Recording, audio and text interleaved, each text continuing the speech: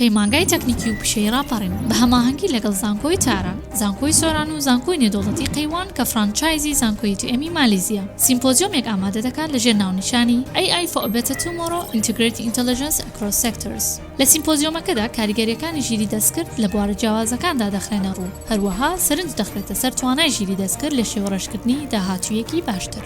سیمپۆسیۆمەکە پسپۆڕانی ئەم بوارە کۆ دەکاتەوە بۆ گفتوگۆکردن و خستنە ڕووی زانیاری پەیوەست بە زیرەکی دەستکرد لەوانە بەڕێزان پرۆفسۆری یاردەدەر دکتۆر حەکم بەیتوڵای لە زانکۆی تارانەوە پسپۆڕلا Artificial Intelligence and Computer Engineering، پرۆفسەر دکتۆر عەبدولسەمەد ناوی لە زانکۆی قەیوانەوە ڕاگەری فاکەڵتی کارگەڕی و زانستە کۆمەڵایەتیەکان لە زانکۆی نێودەوڵەتی قەیوان، پرۆفسۆری یاردەدەر دکتۆر محەممەد ئەمین دانشوان لە زانکۆی سۆرانەوە پسپۆڕلا Control Engineering and Artificial Intelligence. لاوێنی دایات پسپۆڕ لە ئەندازیاری پرۆگرامسازی. 25 مانگ چاوەڕوانتانین.